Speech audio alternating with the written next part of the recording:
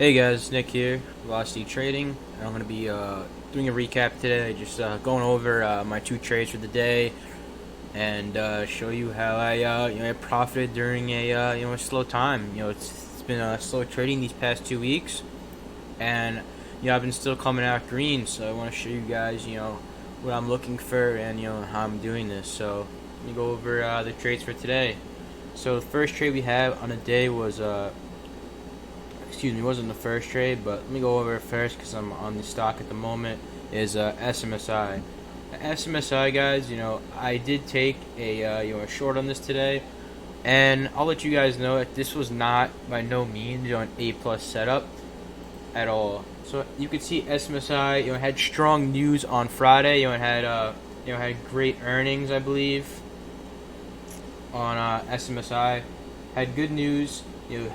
Closed the day very strong on Friday, and when stocks tend to close strong, they usually tend to have a follow-up day two move on the long side. So you could see SMSI just grinding throughout the day. Closing extremely strong. Had a move on up after hours. Almost tapped that $6 mark, and it did have a small gap down on this morning on SMSI, which did lead me to it. So what I was watching this morning was a rejection of the pre-market highs, right around this 595 mark. So once we got this push on up on SMSI, and I did warn everyone in chat that this, like I said, this is not a A plus setup. It's a very risky short on SMSI. I'll show you my executions. So you can see here SMSI, took some on the short, 570s, 580s, and I had more ads, at 590. So I was willing to go up, towards that $6 mark. And you can see here on SMSI, we got this push on up, started shorting, 570s, 580s, came back down. First target, was the EMA lines. I took some off at 555. You can see here my cover. I started taking some off there, 550s. And my last target, I was so close to getting it, was is 530s. Well, you can see we held, and they propped it on up, and then they spiked it on up, and this was reason to get long too. You could look for a possible long here, right over this two EMA lines with VWAP, on SMSI for move on up. You can see I tend to do this a lot.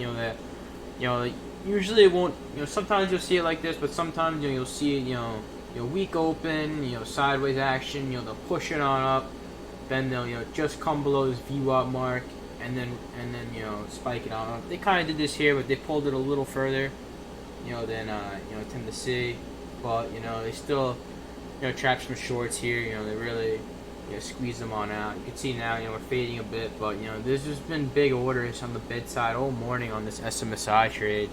A lot of big orders. Just not the ideal day two short. The ideal day two short would be you see you see this price action here. You see it come curling up. Late day you'll see a fade, and it'll like close below VWAP.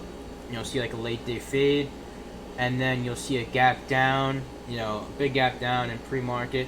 Then you'll see a morning push, and then you'll short until the resistance line. Like let's just say like this collapsed, it came back on down, and there's some resistance here.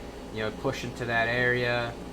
Then you sit short, risking the top, and then you look for some more fade. I wish I could have could sketch it out, but you guys see what I'm saying. That would be the ideal day two setup. But this this one just had a push, a grind all day. Close strong. Good earnings, good news. This wasn't by no means an A plus setup, and hence why, guys, I went small on it. I only took 1,500 shares. I didn't go big. That's super small for me.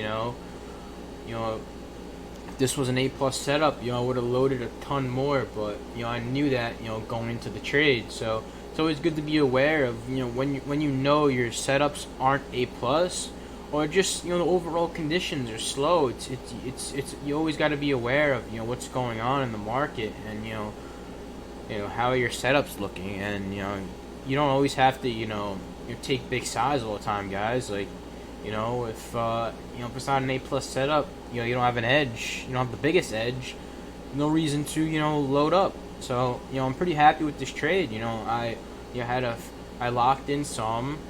Protected myself. So I knew no matter what, I was walking away with $150, and it came up and I broke even. So I was happy. And let's just say I didn't get this, it'd curl back on up. I would stop out for a 10-cent loss. It would have been a $150 loss. So, that's nothing to me, guys. So, happy with the overall trade.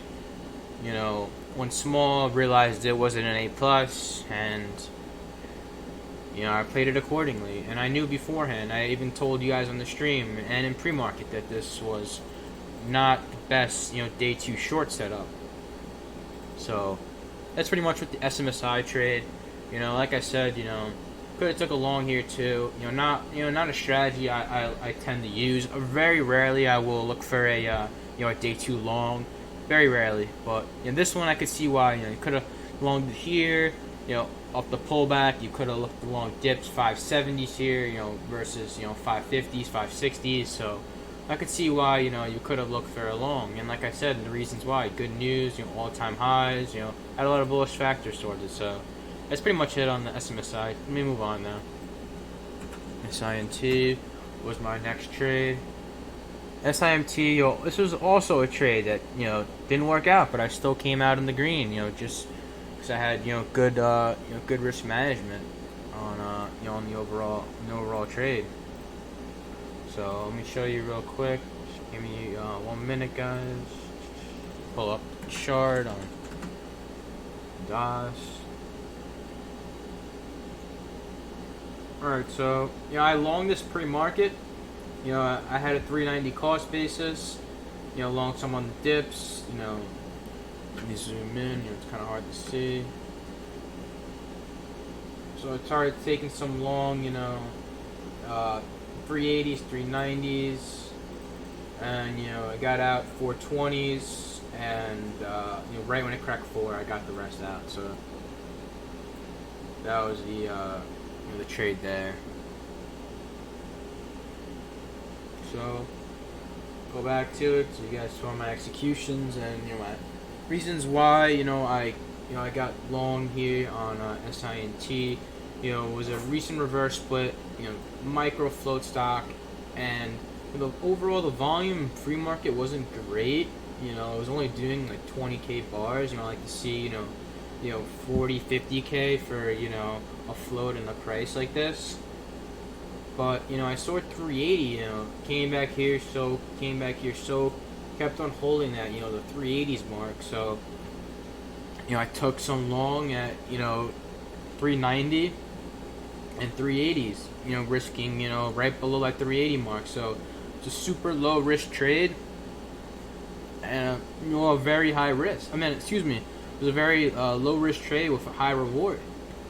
It's a 600k float, reverse split. This thing had potential to easily, 455, quickly. So I was only risking 14 cents to make, a dollar return. My first sell target was 450s, and I was so close to getting it. So close. Kind of today, I missed my targets by so close, but it happens, guys. It happens. So this one, wanted that 450 first target, and the rest I was looking for over 5. So we got this push back on up. Came back down. Reclaimed 4. Pushed to this 440, and just couldn't get it. Just couldn't. The volume just didn't come in how I thought it would. Rejected.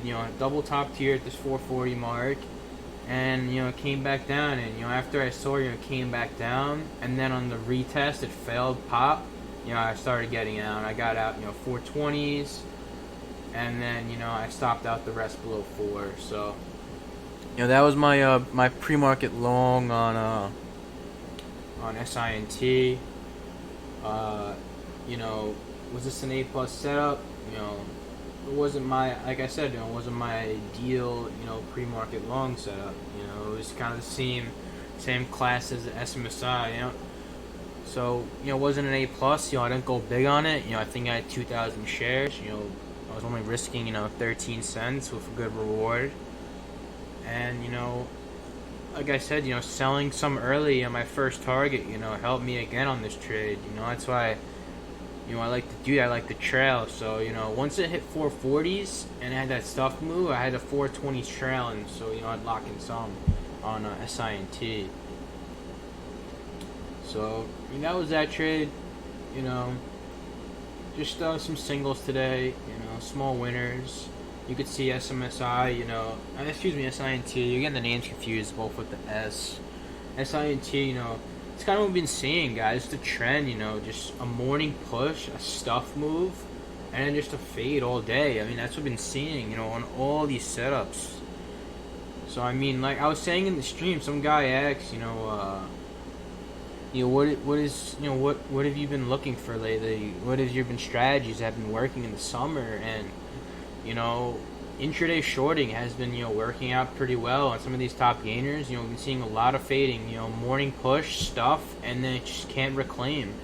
I've been seeing that a lot lately, and I've been using the pre-market long. Pre-market long's been working, and even some starting in short. You could even say, starting in short pre-market has been working lately too. We're seeing a lot of gap and craps, a lot of stocks, pushing strong in pre-market, and really fading hard.